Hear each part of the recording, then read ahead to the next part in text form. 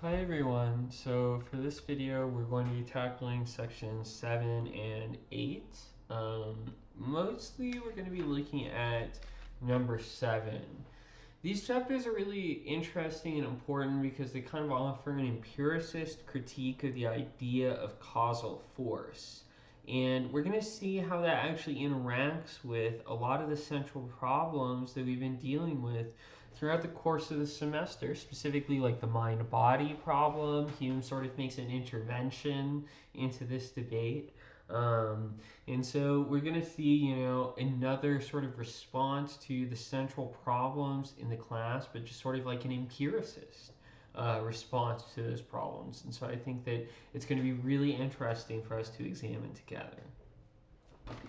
So when I say that this chapter, chapter 7, is an investigation into the idea of necessary connection, what I really mean is that it is, like we were saying in the previous video, a way of tracing this idea, this thought, back to the sensation that produces that thought. And so that's sort of the guiding question for Hume throughout this chapter. What is the sensation of a causal force?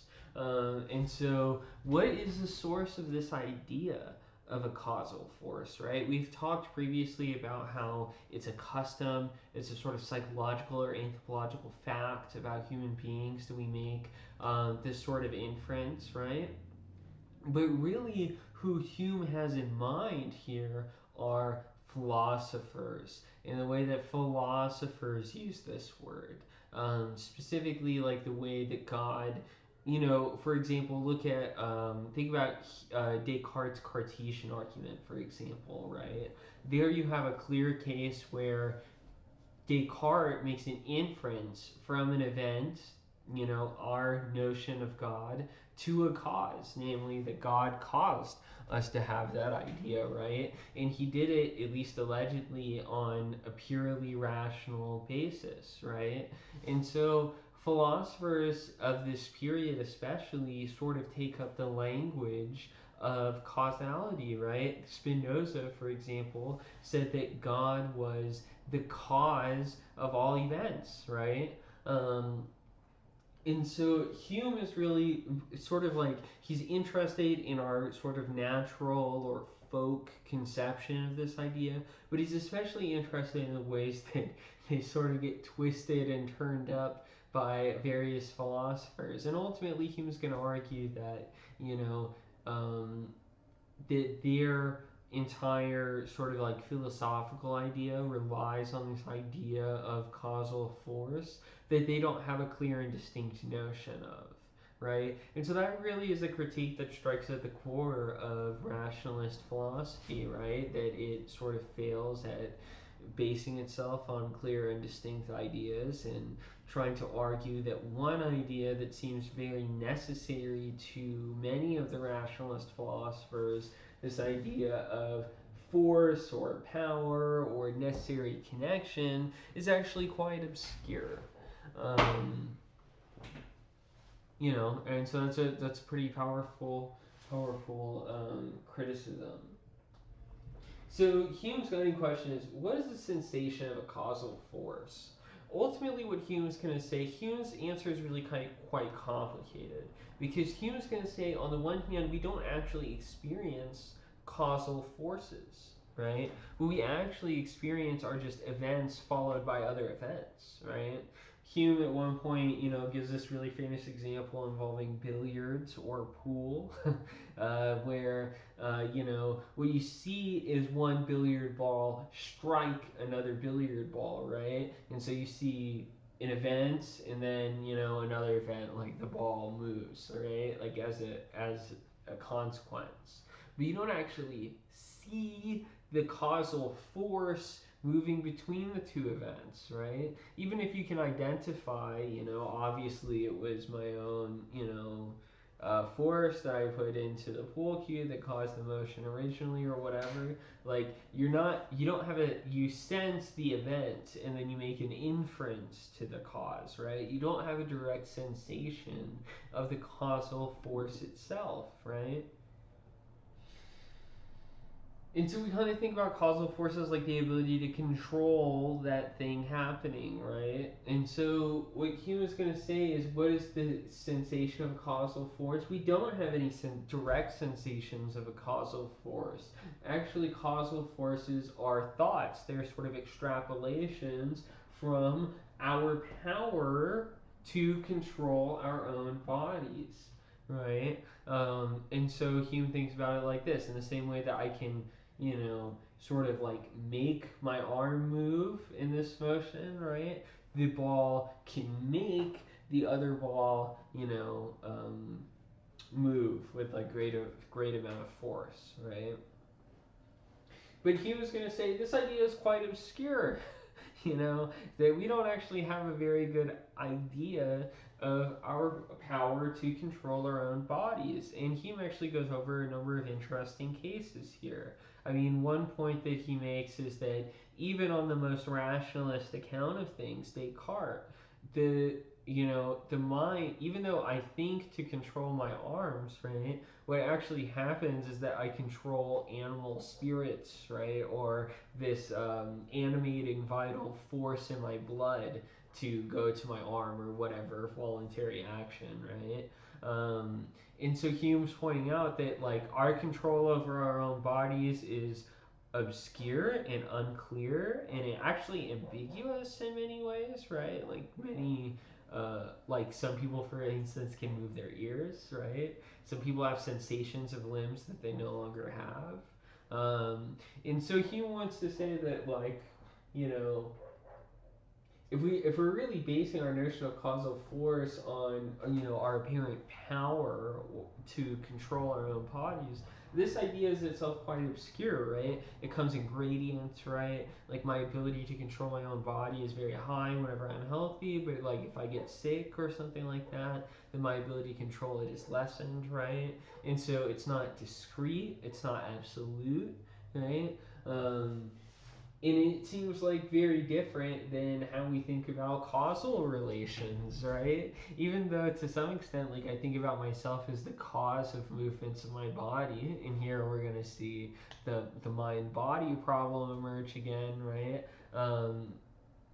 The causal forces are described in part by being necessary relations. That if there is a cause, then there must be an effect, right? There are no non-discrete cases.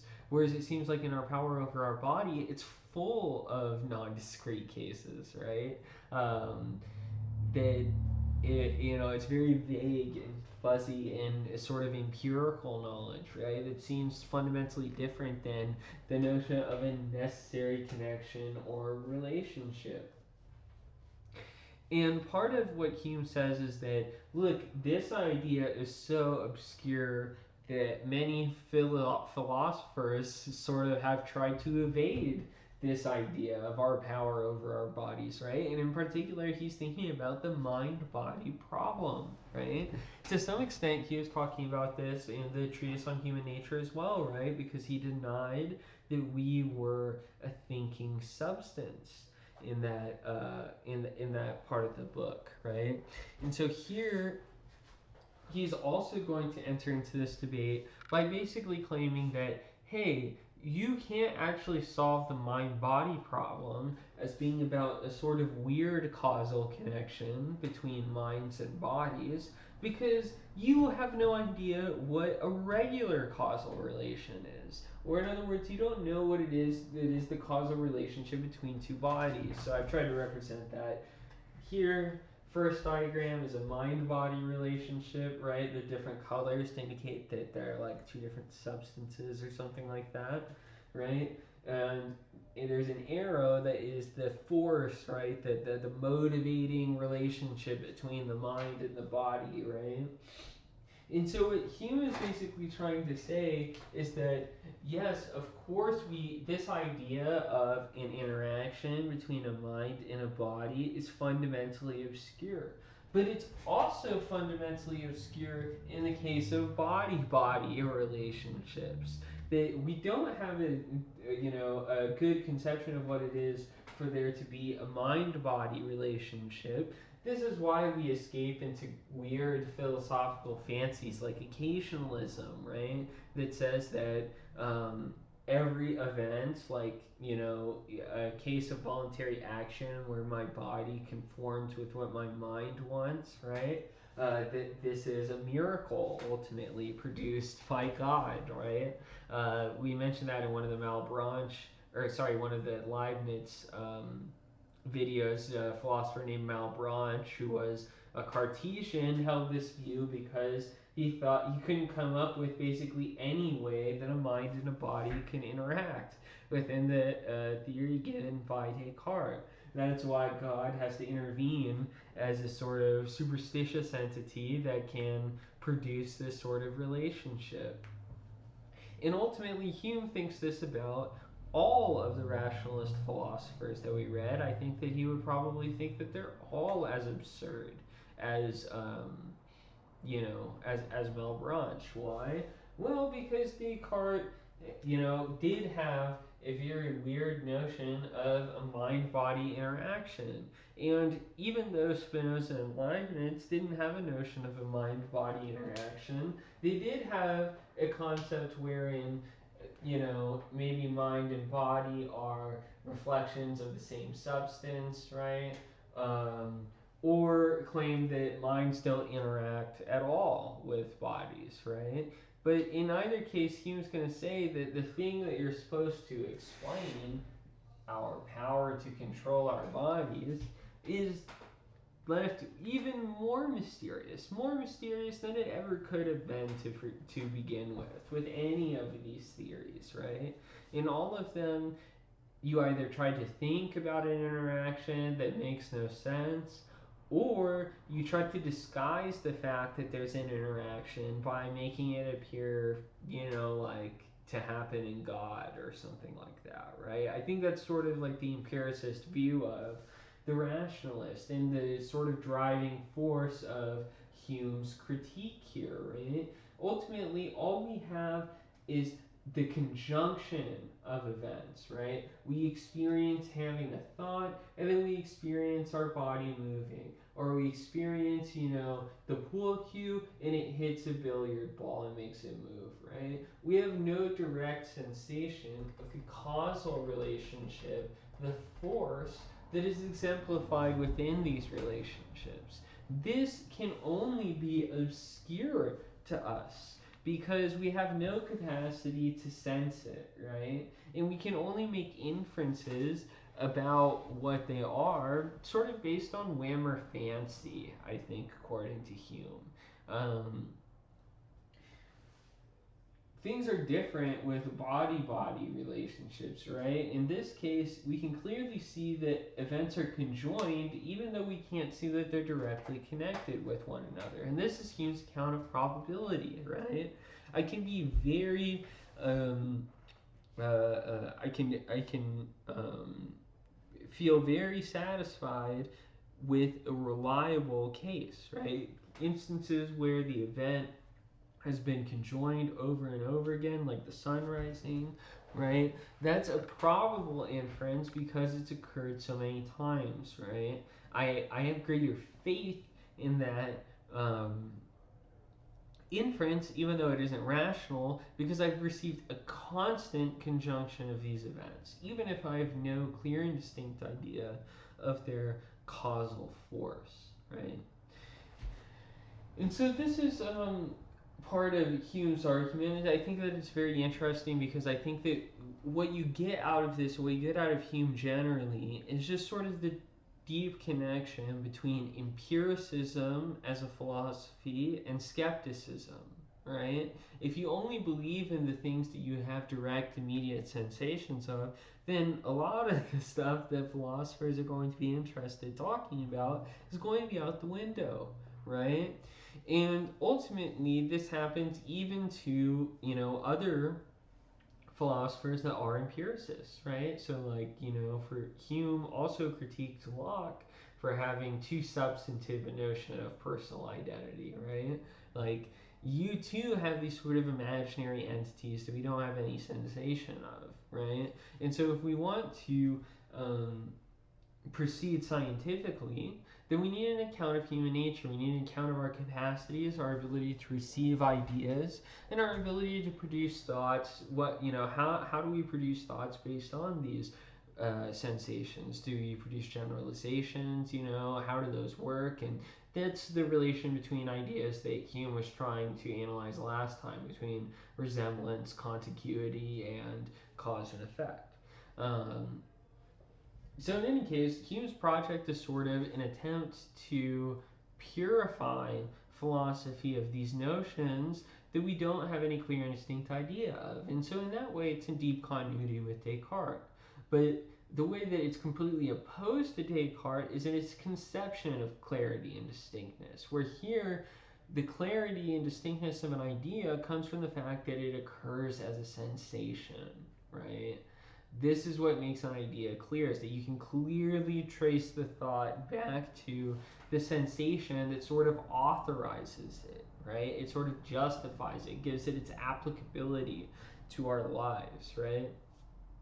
And without that applicability, Hume would say that it has nothing to do with our experiences, right? And so it can't really mean anything for us as the human beings that we are. Okay, so for next week, we're going to finish up the book. We're going to try to, finish off the inquiry. We're going to see some of Hume's critique of religion, specifically his analysis of miracles. One just sort of context clue for next week. That section is critical of religion, specifically critical of the idea of miracles, right? But he also published a book that was Dialogues on Natural Religion, but he published that posthumously. And there he pretty explicitly argues for an atheistic point of view. So I think that should really affect how we read the chapter on miracles, is as somebody who clearly wanted to publish a book about religion and publish an atheistic book about religion, writing about miracles, right? In a book where he can't out and out say, that's the case, right? So anyway, I hope that you enjoyed that reading. I look forward to reading your reading responses for this week. I hope that you've enjoyed more Hume. Let me know what you think.